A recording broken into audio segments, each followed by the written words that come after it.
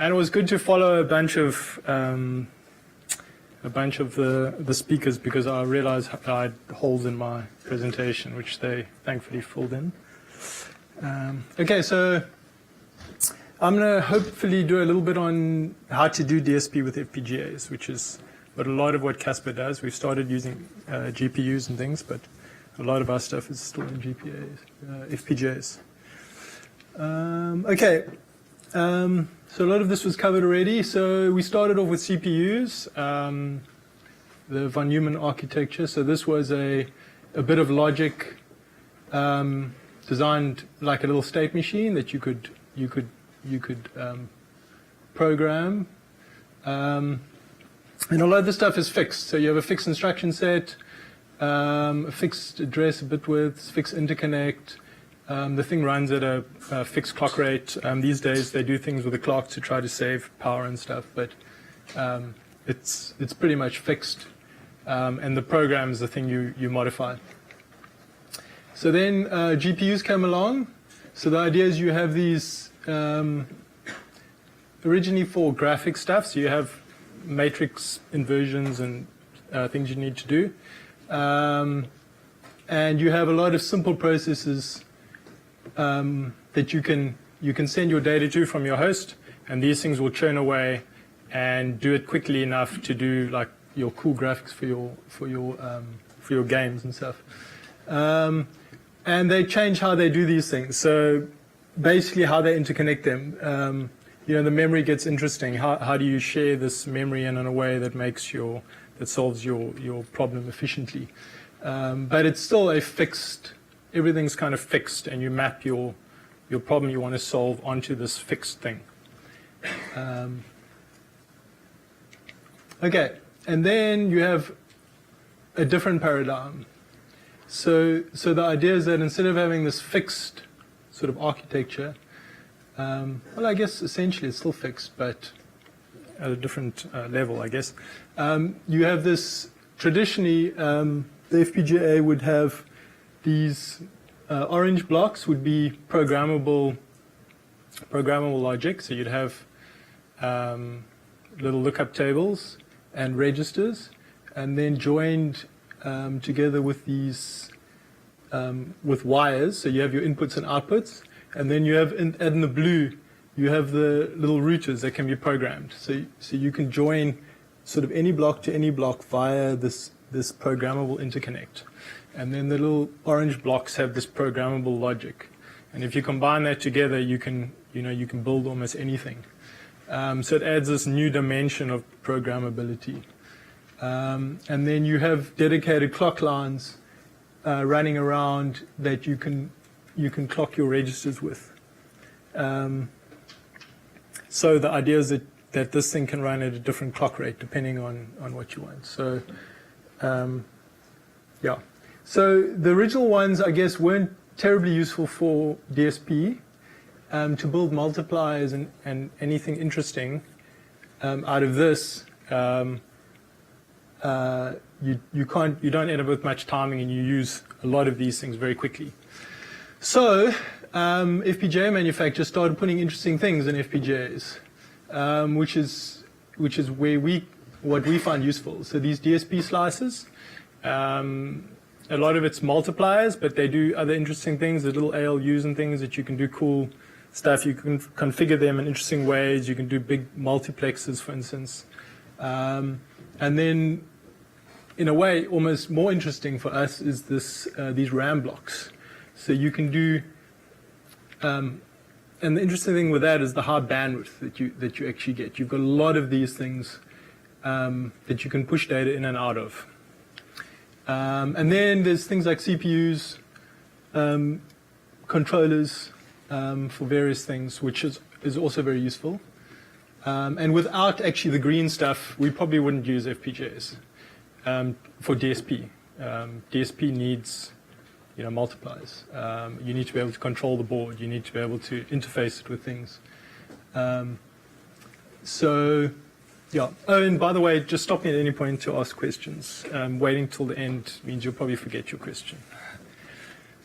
Yeah. So this is the interesting thing, and FPGAs differ, so some of them have CPUs, sometimes not. It seems to go in fashion, out of fashion.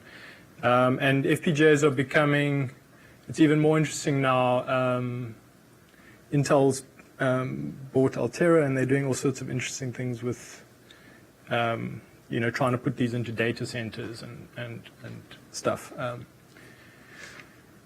So how do you do DSP with an FPGA? So instead of, as I said, you've got this fixed architecture that you're now mapping your algorithm onto, you've got this extra dimension that you can do. You can change the architecture to suit your problem,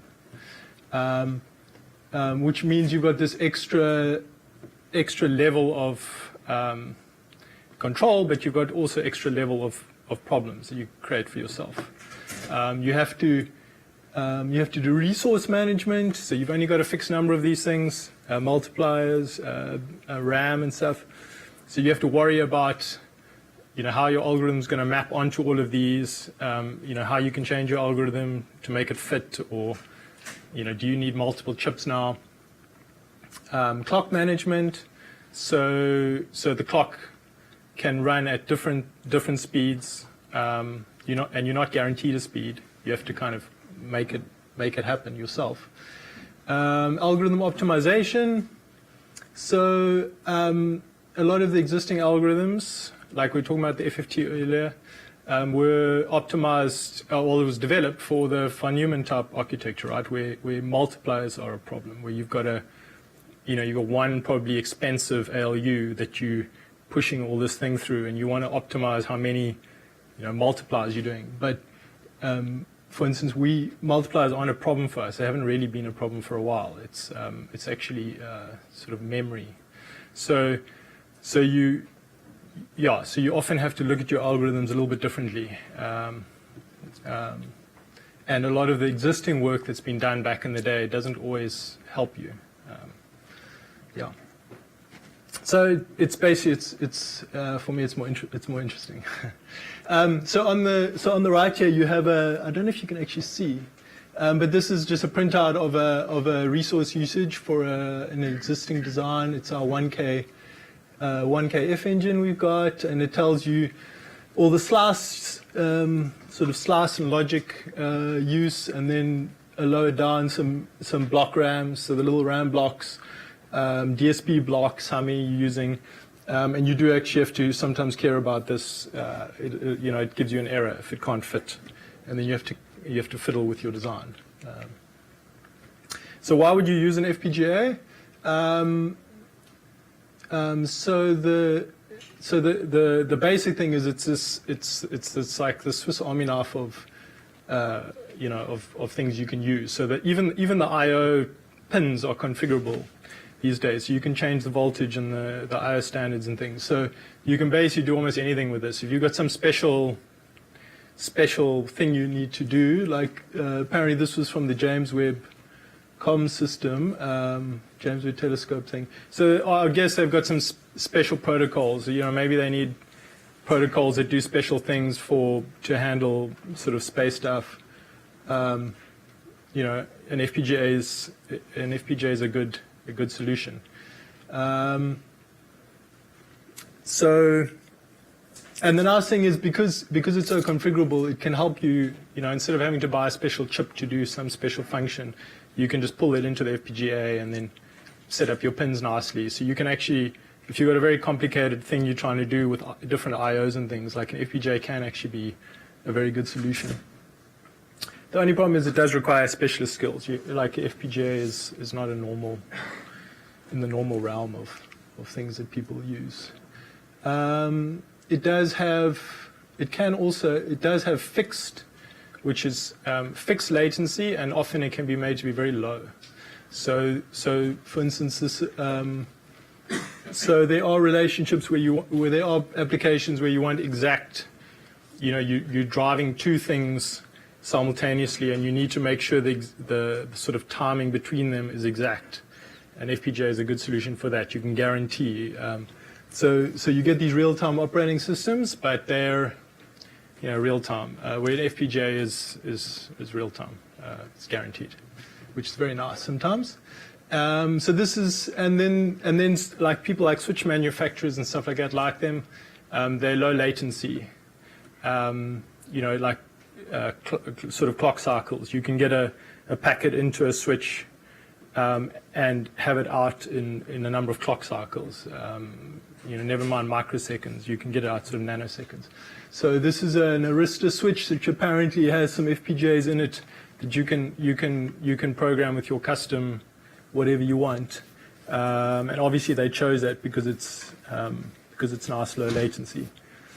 I guess the financial people and stuff, care about latency like that much. We don't normally care that much about latency action rate. And then there is FPGAs can be efficient in certain ways. I think people have mentioned before certain problems like beamforming, and you could maybe say F engines, what we call F engines, have a lot of or a moderate amount of processing compared to the I/O coming in. So they have a lot of data, and then we do a little bit of processing, and then we have a lot of data in, a little bit of processing, a lot of data out. Compared to say a GPU, which is generally more efficient if you do more processing on the data, if you're doing more processing on the data. So we found that our F engines are a pretty good match for FPGAs for the number of GPUs seem to be taking over in the further down in the processing, where there's a lot more processing compared to the amount of data coming in and out. I don't know if that makes sense. So it's efficient for this task, basically. Okay, and then the most important thing to say about this, like why would you use an FPGA, is often it's to do with the skills you have available. This all assumes you have guys who can do an FPGA or GPUs. Often it's what you have and what you know. Getting the job done, even if it's not the most efficient, is more important than being the most efficient, but not actually having anything that works. Anyway, that's what Casper's for, to hopefully should make it easy for you to get it done. Okay, so this is a little picture of so how to do DSP with FPGAs. In brackets, use Casper. For astronomy. This is a little picture of inside of our FFT. Made out of blocks, and you'll see sort of a little bit of some of these blocks a little bit later on. So the one way to do DSP, use FPGAs, is you can use HDL. So Carrie showed us a little bit of, I think, VHDL. This is a bit of Verilog, and which one you choose. This on the right here is sort of a graphical thing. So this is Casper, or this is, should I say, system generator, and this is a block from the Casper library. And you would use it in different ways. So, for different problems. So on the left is a little state machine that's being written, and I find Verilog is very good for state machines. So it's very easy to see what's happening, what will happen in what state. Whereas designing like a complex state machine graphically, I find really hard to do, and it's hard to see what's happening, and it's hard to debug and things like that. So it does also depend on what kind of problem you're trying to solve. If you're trying to write a very complex sort of controller thing, maybe HDL is a better fit for what you do. Our yellow blocks, which do Ethernet and things like that, that's a lot of that's Verilog and HDL at the bottom, where we're tying in cores and doing things like that. And then the DSP is actually done in the graphical language, which is very nice. I mean, it's intuitive to see what's happening here, right? You've got a whole bunch of inputs, a whole bunch of adders, and you're adding them all together, and slowly you're getting the results sort of added up. You can intuitively, without even understanding sort of FPGAs, almost maybe see kind of what's trying to happen there. I don't know. Does that make sense? Yeah. So it depends on what kind of, again, what kind of problem you're trying to solve. So the way we do, so Carrie touched on this as well, is we, to process data, we use parallelism and pipelining in FPGAs. So the basic clock on an FPGA doesn't normally run very quickly. We can't run the logic normally at a very high rate. Compared to, say, a CPU, which is running, 3, 4 gigahertz. I don't know what they run these days. But on an FPGA, you're running it in the 200s generally. That's sort of the safe. You can get it to run higher, but you need to do special work, like hand placing things and stuff. So what we do is we parallelize our data. So Carrie had a good illustration, which, as I said, when I saw it, I was like, yeah, there's a hole that thankfully she filled in. So you, instead of taking all your data in serial, you take groups of them, and you process groups at a time. So if you look at the little block here, so firstly we can process multiple independent data streams. So there's 2 polarizations being processed here at the same time from one antenna, and we've got separate logic inside this block which does each one. And then the second thing is we're taking in 2 samples from each polarization at a time. So instead of having one data stream at double the rate, we sort of got this single data stream has been parallelized into 2 at half the rate. Does that make sense? It's kind of crucial to how we do it. And the way the standard for Casper is we work from the top down. So the first data sample in time would go in 0. The next one would be in 1, in 2, in 3 if there was more. And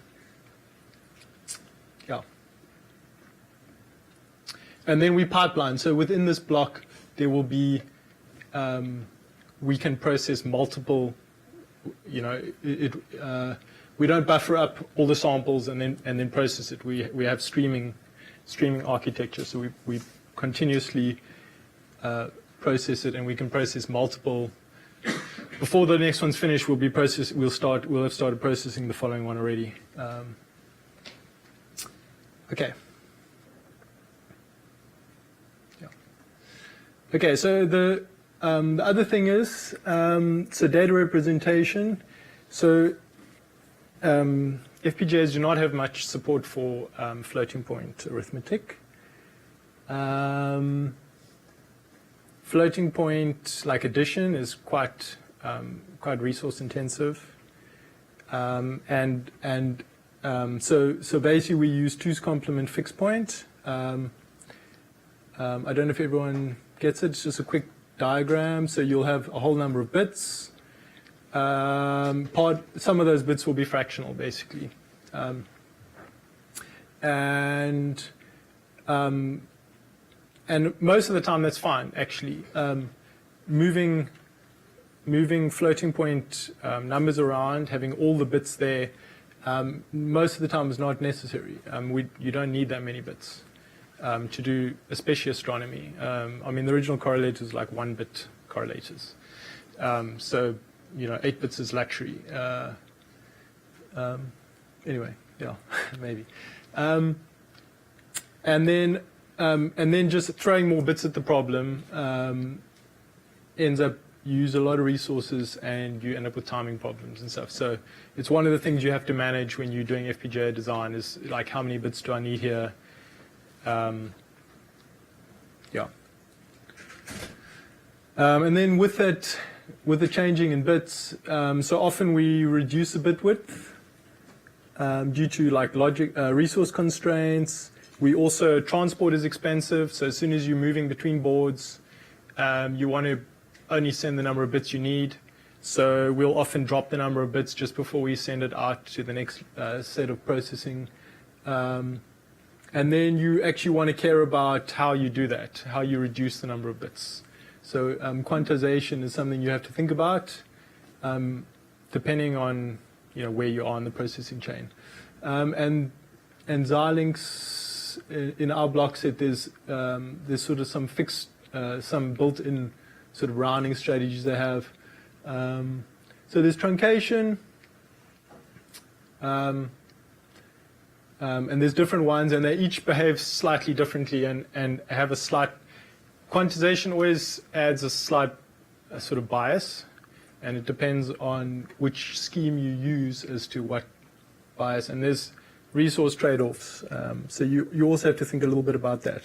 And we have found that it's something you do have to worry about. We've had data that, we get interesting artifacts if you, depending on the quantization things you use. And also saturation and wrapping. You have to account for that.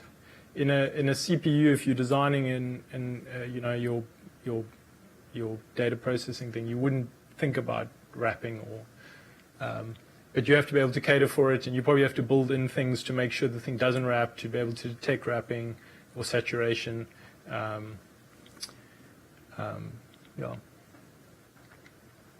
Okay, so that was a little bit of an introduction to how you would do, well, things you have to think about, I guess, when you're doing DSP.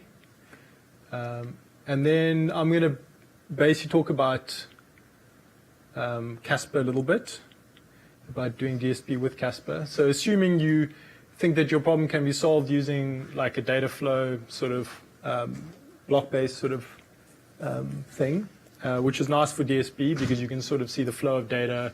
As I said, it's quite intuitive. You have little adders. You can see that you're adding things, and the nice thing is with System Generator, you can see the different bit widths and things that are flowing around.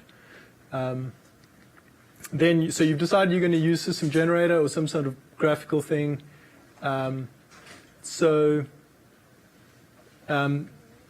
System Generator, firstly, is a Xilinx block set provided by Xilinx to be able to do DSP using Simulink, which is a graphical sort of design environment in Matlab.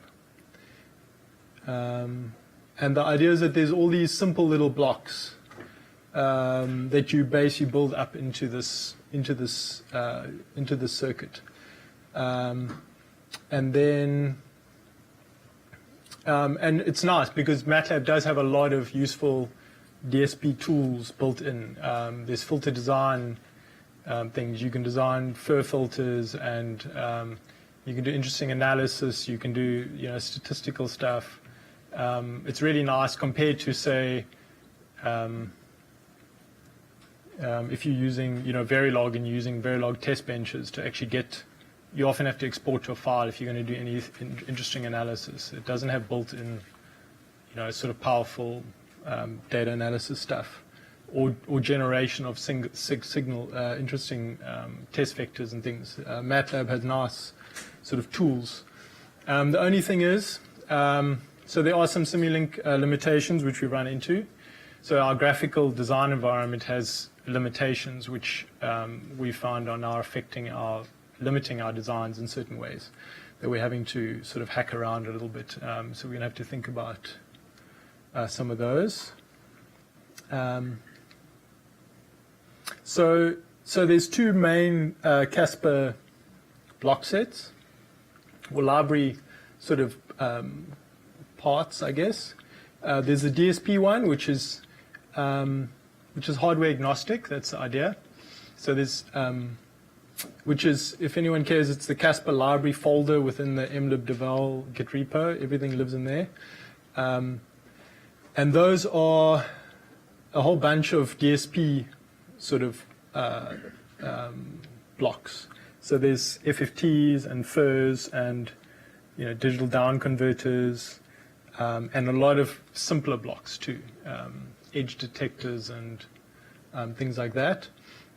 And there's also a couple of debug blocks in the scopes thing, which help you to debug. And then the other block set is the XPS block set, which is hardware and interface related. We call them like the yellow blocks. These are an XPS library, the sort of related files in the mlib-devel git repo.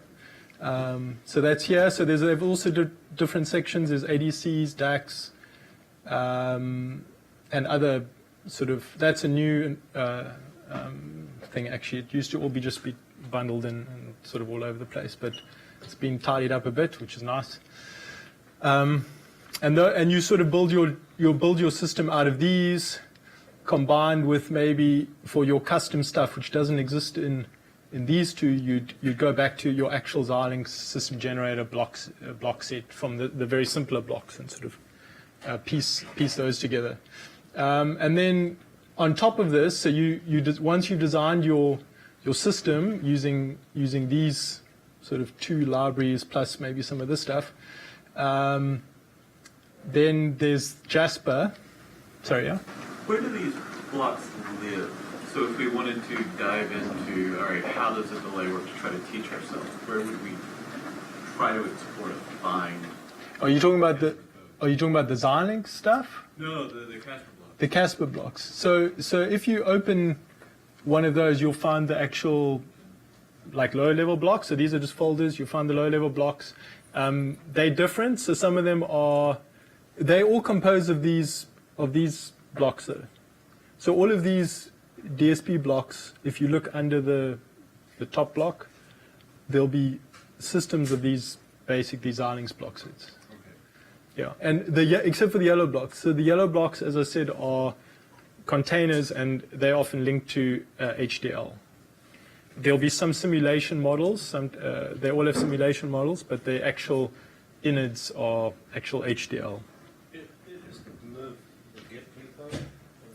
Yeah, so mlib-devel is mlib-devel on the Casper it contains all of these guys, and it's got two sections, as I said, the DSP one and the XPS one.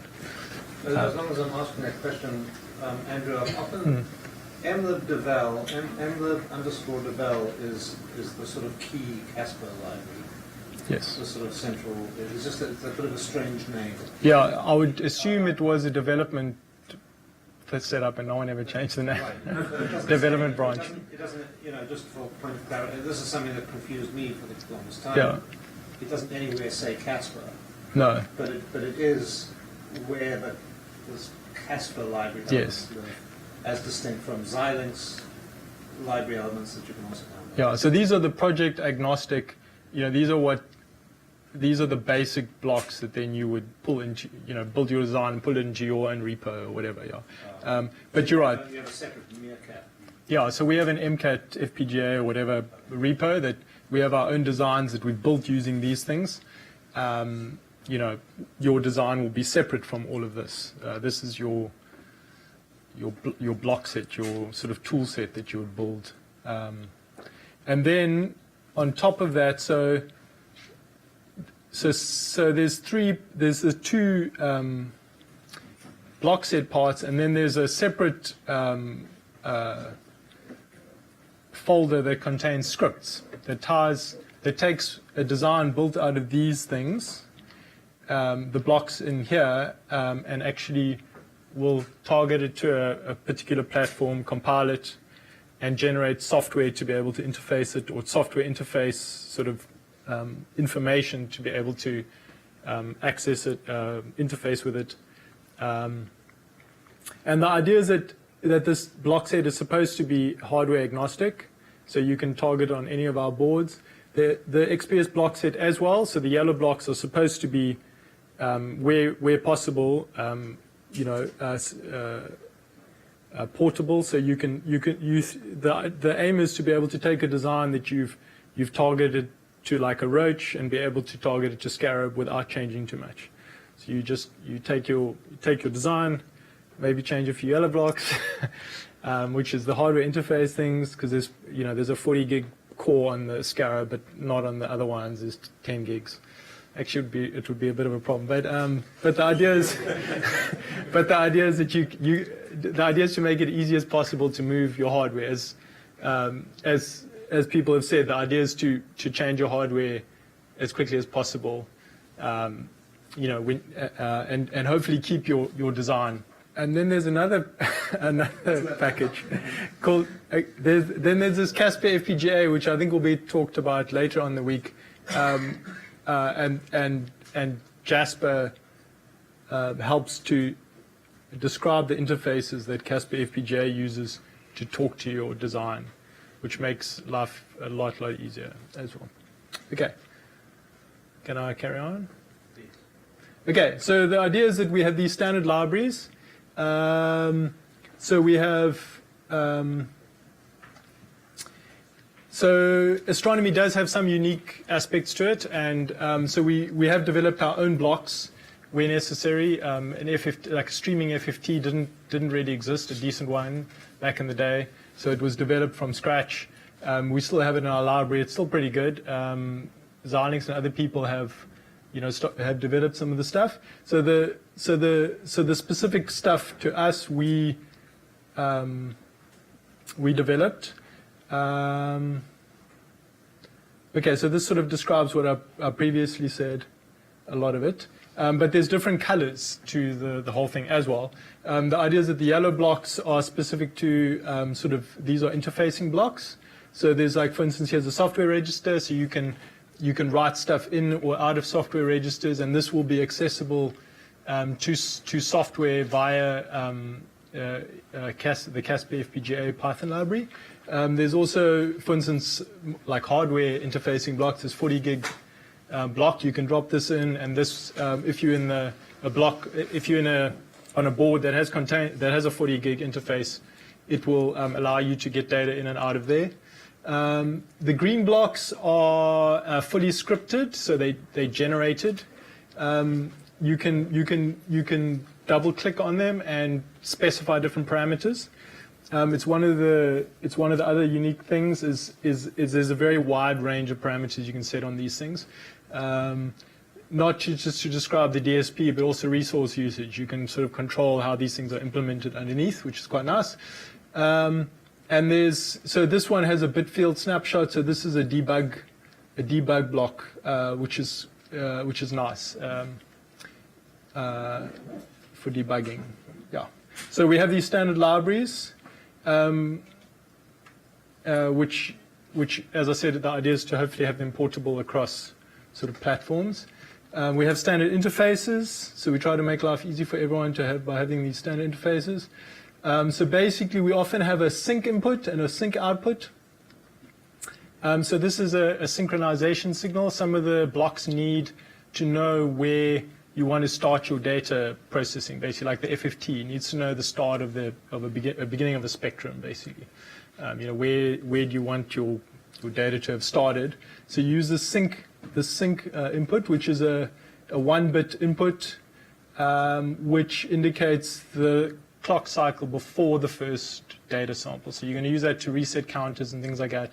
And as Carrie says, a lot of the stuff only happens on the next clock cycle. So you want to reset your counters to be ready for the first data sample. You'd send it in one cycle before your valid data. There's actually a Casper memo if you want to use it periodically. We use it just once. For the FFT, you can only put it in certain places. Anyway. Enable and devalid, which is just kind of a historical thing, enable in and devalid out. So this is for asynchronous sort of blocks. So the data comes in with a signal saying there's valid data, and sometimes there isn't valid data. So some of the blocks are synchronous, so there's data coming in every clock cycle, and it's always happening on every clock cycle. And some of the blocks are asynchronous. So you can see that with this enable and devalid. Then data, as I said, it goes from top to bottom in time, basically. So this is the oldest time sample, then the next one, then on the next clock cycle, the next valid clock cycle will be, the third one, fourth one, etc. And there's two polarizations. We'll often put pole in front. Because I guess it's astronomy and we think about polarizations often. So you'd historically maybe process two polarizations with this block. Does that make sense? Oh, and we also quite often in recent times actually have a time port in and out. So we're putting in timestamps. Yeah. To follow up on my earlier question, and your slide mentioned green blocks are now Matlab scripts. So green blocks are generated, yes, using Matlab scripts, which pull in the blocks from the Xilinx system generator. So it's not that there's a Matlab script that someone has coded a PFB in to be referenced to verify your understanding of PFBs. No. So it's not MATLAB code. It's like, well, it's MATLAB code, but it generates a system using system generator. Yeah. Andrew, you have about 20 minutes. Okay. Cool. Yeah. So I guess I don't know if I should talk more about how blocks are generated. So they're often empty in the library. If you open the library and you pull out a PFP for a generic, there won't be any ports or anything on it. It's empty in the library. When you double click on it and you set up some parameters, it will then go and generate the entire block from scratch. The idea is not to have sort of stale versions of blocks and things like that in the library. So the green blocks are fully generated. We have white blocks which are sort of static, not generated, so they'll have things underneath. And then the yellow box is kind of a mixture, I think, as far as I remember. The data in out is a parameter too, so you can specify if you have 4 samples coming in simultaneously. Yes. So that's one of the things you can specify. Also the number of streams. So you could have 4 or 6 or 1. Sorry, can you elaborate a bit more on the timestamp? On the timestamp, yeah. I mean, how is that timestamp in the data? Are you going to insert something into the data stream? So the idea is that is a separate sort of flag that goes with the data. So we haven't actually built it into the basic FFT and thing block. We've got some of our blocks that do it, but the idea is that we want to kind of change maybe the synchronization, the way synchronization done, so that every block ideally takes in a timestamp and spits out a timestamp. And then maybe internally uses maybe a sync however it's going to do it, because we find time is what we want, what we want to use for synchronization. Is the intention that it will finally end up into the speed data stream or something? Yeah, well, our speed packets all have a timestamp on them. And that's different from this time? Well, we use this time often to generate that time. But it's the same idea. It's generally just a count of, it's just a counter that starts at a specific point. Okay. And then the most important thing so we have these different standards. We have standard libraries, standard interfaces, so that you can interface blocks quite nicely, quite easily. You put the sync out of the one into the other, enable out. We're thinking about actually standardizing on maybe a slightly different interface, so that all the blocks are standard, because they don't all have the same naming, and not that the interface isn't as standard as it could be. Although it's quite easy to use, but I've been doing it a long time, so maybe that's why. And then the most important thing why it's so easy to use the Casper stuff is, why you should use the Casper stuff is, and the stuff we put a lot of effort into is how is the ease of use of the thing. You've got this standard hardware you can almost buy off the shelf. You can just order it. You don't have to go and make your own FPGA board. You can drag and drop your design. You don't have to be an engineer and understand much about FPGAs. You just drag and drop your DSP system. You can be a scientist or a student or whatever. You press go and it generates this whole your programming file and your interface and everything, and there's standard software library to talk to it. You can just send write to a register whatever value you want. So it's really easy to build, instruments. I think that's probably the most important, reason why the Casper collaboration has grown. It's not the most efficient thing. If you built your own board, it would be more efficient, but it's easy to use. Yeah. What do you mean by efficient? Well, if it might not quite fit your use case. You might you might want a slightly different FPGA. You're not using the whole, Scarab or Roach or whatever. If you design it from scratch, you'd use a slightly different FPGA, something like that. But you can buy it off the shelf, and it's much cheaper than if you had to hire some guy to take the time to build your board specially for you, with how long that's going to take. So I think that's the thing. It's nice. It's really easy to get up to build a system from scratch, debug it. There's a mailing list. If you've got problems, you can just mail. There's standard designs you can build things off. There's a workshop you can come to learn how to use the thing. So yeah, and it's used all over. I mean, it's crazy. You hear about the applications. People use it for all sorts of things. So this map I took off the Casper website, so it might not be quite as up to date as could be. Okay, so when doing graphical design, okay, there's a whole bunch of suggestions I put down. You can probably just download, get it off the thing. I don't need to go through everything, I think. Basically, just make it easy for the next person to figure out what you've been doing. There's a lot of, don't undermine the benefits of a graphical interface by not making it easy to be able to see where data is flowing and stuff, because that's the benefit you get from using a graphical thing. You can see links easily and stuff. Try to align things that are processing data at the same time, things like that, just to make it easy for the next person. Buried global go-tos, don't do them.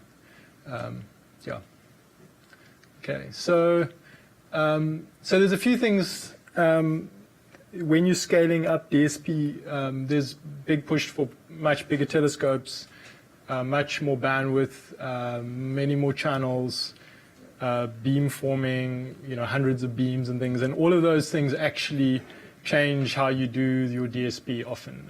You can build a little prototype system for 4-dish, interferometer, and it's different. It's very different to a 64-dish, streaming, processing, sort of real-time thing.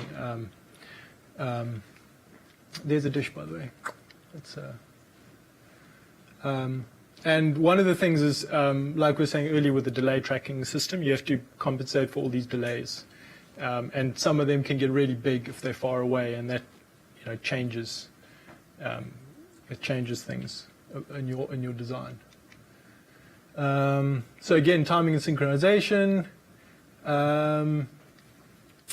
You can, if you've got a very big system, using backplanes and things like that, you're probably eventually going to fail just from the physical distance of boards and things like that you need to build. You can build a small system probably on a backplane you just slot things into, but if you're scaling it out, you're going to eventually not be able to run this whole thing using a global synchronous clock. I don't know if everyone understands. So you could put things in a backplane and run a clock via the backplane to all your boards and run your whole thing off the same clock. So you have this synchronous sort of system. If you're building a big system, that's probably going to fail. Just the physical distance mean your clock won't get there on time. So you can embed the time in the data. What we do is we do timestamp propagation. So you give up on the idea of the synchronous system, and you send your data separately with packets with a timestamp telling the processing the what time it is, and then it uses that time to process it appropriately. So you synchronize all your data with this timestamp rather than a clock that's running to everything. So this is a little sync gen block which we use, which has got time in, and then it generates a sync for our local system. So as Dan says, you get data in from the network. It comes in different order. Some of it doesn't come in. It comes in duplicates and things like that. So your time's all mixed up. You get your time right, and then you generate a sync that goes with your data through your system, and then at the output, you output time again. Anyway. So as I was saying, for very large systems, data transport becomes a problem. You can do it via backplanes or many cables, but that just doesn't eventually scale well. So we like packets and switches, which means you need sort of protocols, and it means that your system probably becomes asynchronous because Ethernet doesn't guarantee, like we were saying, packets can come in at any time, in any order. So you can't have, the Casper FFT used to be synchronous, so it expected a data sample in every clock, data on every clock cycle. And we've had to change some of the DSP blocks to be asynchronous, so data can come at different times. And also, your system must be able to, I don't know, someone mentioned it actually tolerate, maybe your one antenna, there's something wrong and the data's not coming through. You can't have your whole correlator stop because there's one bad antenna that's not feeding data. So we've had to build in a lot of stuff where you automatically disable streams. Your DSP should still be able to process the resultant, the remaining sort of data. Resynchronize to time that's you've got gaps and things like that. You need to be able to cater for all those type of things. And then there's a section I called like things that go bump in the night, which worry me sometimes, and we get weird artifacts and things coming through. So linearity.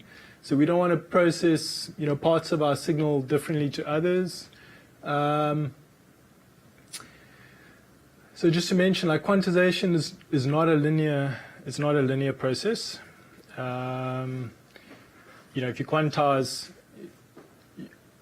you quantize one signal, one component of a signal, you quantize the same component. You take the result. It's not the same as quantizing them combined. It's not linear, which turns out is a good thing. RFI, it's better if you have a little bit of noise or real signal going on top of it. It doesn't. It actually, the quantization noise will spread out into the band rather than create nice big harmonics, things like that. So, but it's something you actually have to think about. Floating point is not necessarily linear either. So there's a big move to add floating point capability to stuff, and I would look at that and make sure that you're comfortable with what might happen when you actually, using the dynamic range you think you have. Okay, and then analog components in the real world don't respond in the same way. So you've got this nice algorithm on paper that you're using to process your data, but your data doesn't look the same as what this algorithm, it's not all the same. You have different frequency responses and amplitude things and stuff, and you have to equalize signals and things like that. So you have to build that into your system.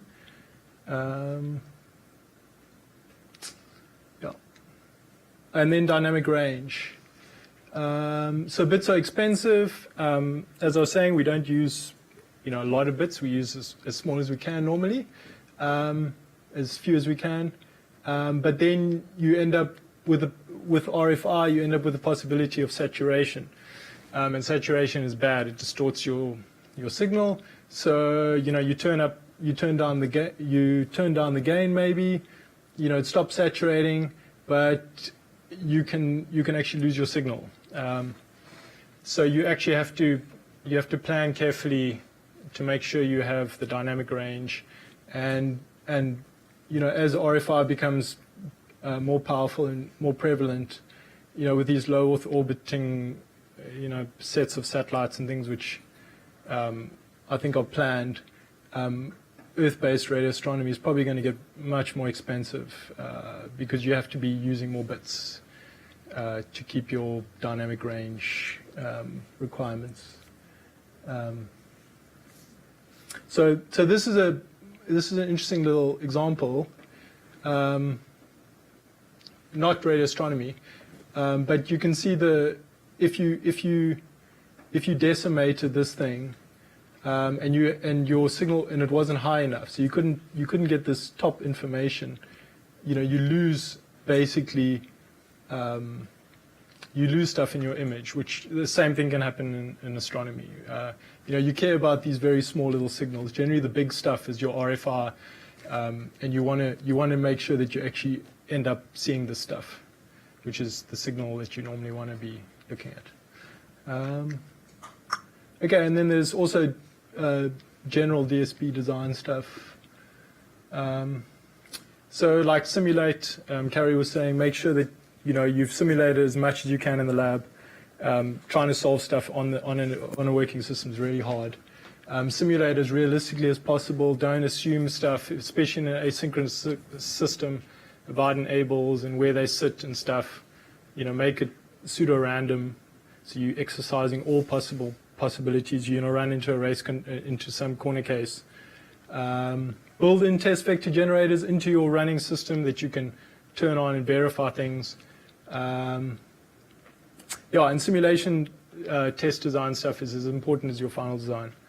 It should be. Okay. Pretty much getting to be timed. Yeah. That's it. Oh. We're working.